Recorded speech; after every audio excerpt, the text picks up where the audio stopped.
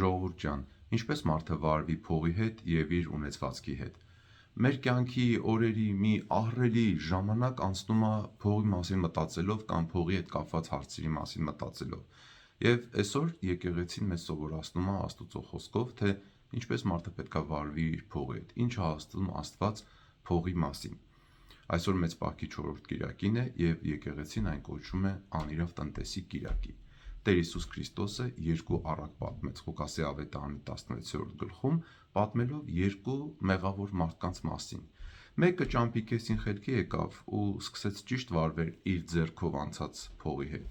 Իսկ մյուսը տենց էլ չջոգեց, թե այս աշխարհում որը որից հետո է գալիս եւ վերջում դժոխք գնաց։ Այնտեղ տեսավ, հասկացավ, խելքի եկավ, բայց արդեն ուշ էր, ոչ մի բան չէր հնարավոր անել։ Եվ այսօրվա պատմության առարկի դասերից մեկն էլ է նա, որ քան ես երկրում եք ապաշխարեք, որտեվ ինքը այնտեղ ուզում էր ապաշխարել, ուզում էր, որ եղբայրներն ապաշխարեն, բայց արդեն ուշ էր։ Ողջույն ձեզ սիրելի բարեկամներ, այսօրվա ձայնագրության մեջ ձեզ հիմա պատմելու եմ, թե ինչ է սովորեցնում Աստված փողի մասին վարվելու մասին, փողի հետ վարվելու մասին, բայց մինչև այդ խնդրում եմ, քանի որ սա շատ կարևոր է, կիսեք այս ձայնագրությունը ձեր ջրին, թողեք ձեր երեխեքն էլ լսեն, որպեսզի իրենք էլ հասկանան եւ մենք ճիշտ որոշումներ կայացնենք, թե չէ հետո ուշ կլինի, հետո արդեն չենք կարող ոչ մի բան փոխել։ Ուրեմն այսօր մեր եկեղեցիներում ընթերցում է Ղուկասի ավետարանի 16-րդ գլուխը։ Ես ամբողջը չեմ կարող ձեզ համար պատմել ու կարդալ։ Խնդրում եմ, ջան արեք, բացեք Աստվածաշունչը, նոր կտակարանի ցանկի մեջ նայեք ավետարան ըստ Ղուկասի գլուխ 16 ու սկսեք կարդալ։ Երկու շատ հետաքրքիր պատմություն է ու Տեր Հիսուսը շատ կարևոր բաներ է ասում փողի հետ կապված։ Ուրեմն պատմում է երկու մեղավոր մարդկանց մասին։ Առաջինը անիրավ տնտեսն է։ Մի մեծահարուստ մարդ մեծ տնտեսություն է ունենում եւ գիտեք որ ասենք մեծ հողեր ունես, խաղաղի դաշտեր ունես, չգիտեմ, բիզնեսներ ունես, բաներ ունես, մի հատ մեծ տնտես ես նշանակում, մենք այսօր դրան ասում ենք մենեջեր։ Մենեջեր ես նշանակում, որ այդ գործերն անի, գործավարություն անի, տնտեսի այդ գործը, հարկերը հավաքի, փողերը հավաքի, բերի այդ մարդու բաժինը տա, արանքն էլ իր բաժինը մնա։ Ու այս տնտեսի դեմը, մենեջերի դեմը ամբաստանություն է գալիս, այդ հողատերերը, բիզնեսների տերերը գալիս են այս մեծ հարուստին ասում են լսի, լավ չի վարվում, ճիշտ չի վարվում, խափում է, էս անում, այն անում, այս մեծ հարուստը տնտեսին կանչում է իր մենեջերին, ասում է հələ արի տենամ քո դեմն չեմ բողոքում ժողովուրդը, մի հատ բեր քո հաշիվները սաղ ցույց տուր։ Այս տնտեսն էլ հնարամտությամբ բավարարում է, ասում է, հեսա հաստատ տնտեսությունը ձերից վերցնելու է, որտեղ ինքը գիտի, որ ինքը սխալներ է արել ու այդ փողը, այդ տնտեսությունը իրանը չի, իրան տրվել է եւ իր ձեռից վերցվելու է։ Գնում է ասում է, կանչում է այդ հողատերերին, այդ բիզնեսներին, ասում է, լսի իմ տիրոջը ինչքան է սպարտ, ասենք մեկը ասում է, բան 100 տակառ ձեթ կամ գինի, ասում է նստի գրի 50, այդ պարտամորակը ջնջում, ասում է գրի 50, այն մյուսն է կանչում, ասում է ինչքան է սպարտ իմ տիրոջը, ասում է 500 պարկ, ասենք ցոր է, ասում է դե լավ նստի գրի 400, այն 100-ը բաշխում եմ քեզ էլի։ Ու գիտեք մեկ էլ Տեր Հիսուսն ասում է, որ այդ մեծահարուստը ասում է գովեց այդ անիրավ տնտեսին, որ հնարամտությամբ վարվեց եւ Տեր Հիսուսն ասում է, որ դուք էլ ասում է ձեր ձեռքը եկած ունեցվածքով հնարամտությամբ վարվեք եւ դրանից բարեկամներ ստեղծեք ձեզ, որտեւ այդ անիրավ տնտեսը գիտեք ինչ էր ասում նախքան այս ամեն ինչը անել, ինքը ասում էր, վայ ինչ պիտի անեմ, հեսա տնտեսությունը ձեռիցս վերցրել է, հողի վրա աշխատել չեմ կարա, մուրալ, ամաչում եմ, գնամ մարդկանց լավություն անեմ, ինչքան ձեռս հնարավորություն կա, բարեկամներ ձեռք բերեմ, որպեսզի հետո իրենց տների մեջ ընդունեն։ Տեր Հիսուսն էլ ցենց էլ ասում է, դուք էլ ձեր ունեցածով բարեկամներ ձեռք բերեք այս աշխարհի դեմ, որպեսզի ձեզ ընդունեն երկնային կացարանների մեջ։ Եվ ասում է, չեք կարող երկու տիրոջ ծառայել, կամ մեկին կսիրեք, մյուսին կատեք, կամ էլ մեկին կարհամարեք, այն մյուսին կմեծարեք։ Դրա համար Տերը սովորեցնում է ժողովուրդ ջան, որ ձեր ձեռքը եկած հնարավորություններով բարեկամներ ձեռք բերեք եւ ինչքան կարող եք բարություն արեք, լավություն արեք, կարեկցեք մարդկանց, օգնեք թեթևացնել իրենց բեռը։ Երկրորդ պատմությունը մի ուրիշ պատմության մասին է, էլի տենց հարուստ ունևոր մի հատ մարդու մասին է, Տեր Հիսուսը պատմում է, ասում է, այս մարդն էլ այնքան ունևոր էր, որ ամեն օր ճոխ հագնվում էր ու ամեն օր քեֆ ուրախություն էր անում։ Իր դռանը մի հատ հիվանդ, աղքատ վերքերով վիրավորված մարդ էր ընկած Ղազարոս անունով, այն աստիճան որ շները գալիս էին, այս մարդու վերքերը լիզում էին, մի քիչ ոնց որ թեթևանում էր դրանից։ Այս մարդը ամեն օր անցնում դառնում էր ու չէր տեսնում Ղազարոսի, չէր նկատում էլի այդ իր մեծամտության, իր քեֆ ուրախության մեջ, չէր կարողանում կարեկցել ունեցված այդ խեղճին։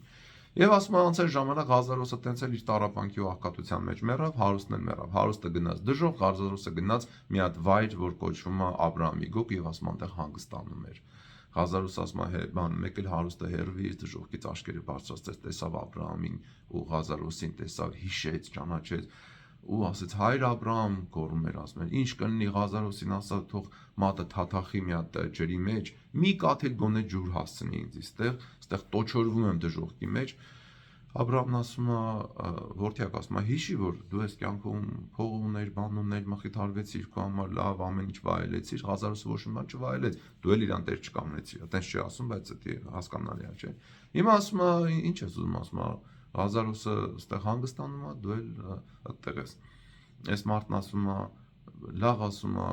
ինչ կլինի, ասում է, գոնե Ղազարոսին ուղարկի աշխարհ, հետ ուղարկի աշխարհ։ Ես 5 հատ եղբայր ունեմ, երևի աղբերներն էլ են իրապես տենց ապրում։ Ասում է, իմ աղբերներին ասի, որ ապաշխար են, էլի։ Աբրահամն ասում է, չէ, տղա ջան, ասում է, այդ հարուստին ասում է, իրանք ունեն օրենքը եւ մարգարեները, այսինքն Աստծո խոսքը, Աստվածաշունչը։ Եթե իրանց չեն լսում, եթե Աստծո խոսքին չեն լսում, մեռելներից մեկն էլ գա, խոսի, իրանք էլի ոչ մի բան չի փոխվի, չեն ապաշխարի։ Տեսակ ժողովուրդ ջան, երկու պատմություն, մեկը անիրավ տնտեսը, որը որ իր ձեռքը եկած հնարավորությունը ճիշտ օգտագործեց, դրանից լավություն արեց, բարություն արեց, մարդկանց կարեկցեց, թեթևացրեց իրանց բեռը եւ Աստված ասում է, սենց վարվեք։ Հիմա կասեք, բա ոնց է ուրեմն անիրավությունը գովում է, չէ, ինչ է նշանակում անիրավ։ Անիրավ չի նշանակում անարդար, դրանք տարբեր բաներ են։ Անիրավ, այսինքն իրավացի նշանակում է ճշմարտացի։ Այսինքն այդ փողը որ կա, թեկուզ միջամտան փող ունենաս, դա քեզ մահից հետո ոչ մի բան չի անելու, դա ժամանակավոր է քո ձեռքը տրված։ Դա կոչվում է անիրավ հարստություն։ Իրական չի, մշտական չի, ժամանակավոր ձեռը տեկավ անցավ։ Ու հիշեք, որ այդ ինչ որ մեզ տրված է այս կյանքում, դա մեզ տրված է, դա մերը չի, մերը այն է, ինչ որ մեզ տրված է հավիտենապես։ Եվ Տեր Հիսուսն ասում է, քանի ես աշխարհի վրա եք, ձեր ունեցվածքից ընկերներ ձեռք բերեք, բարություն արեք, կարեկցեք մարդկանց։ Անիրավ տնտեսը հնարամտությամբ գործեց, խորագիտությամբ գործեց եւ այդ բարությունը արեց։ Այն մյուս հարուստը իր ուտել խմելու մեջ, իր զեղության մեջ չտեսավ իր դուրը ընկած աղքատ մարդու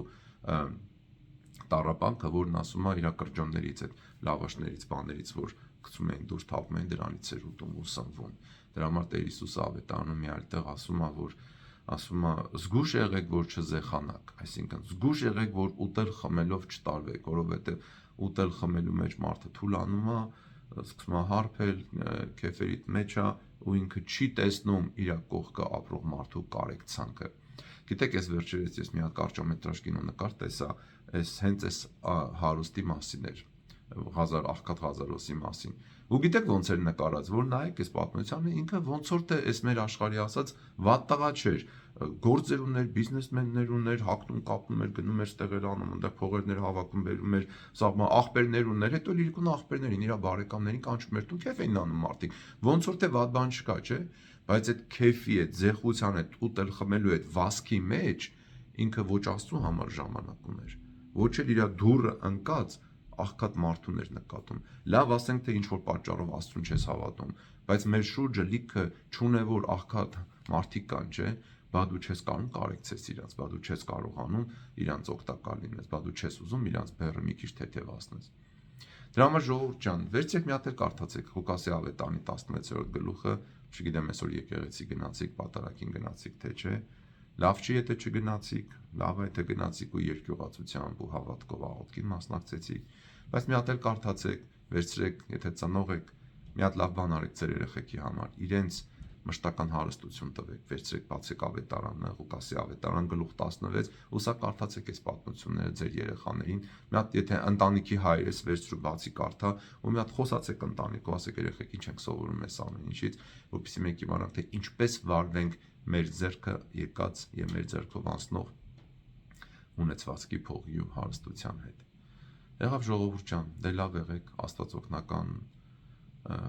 մնացեք Քրիստոսին հնազանդվող, պահապանները պահող, ատեք չարությունը, ատեք մեղքը եւ մեր Սուրբ Աստծուն, Հորը, Որդուն եւ Սուրբ Հոգուն վայելե փառք, իշխանություն եւ պատիվ այժմ եւ միշտ եւ հավիտյանս հավիտենից ամեն։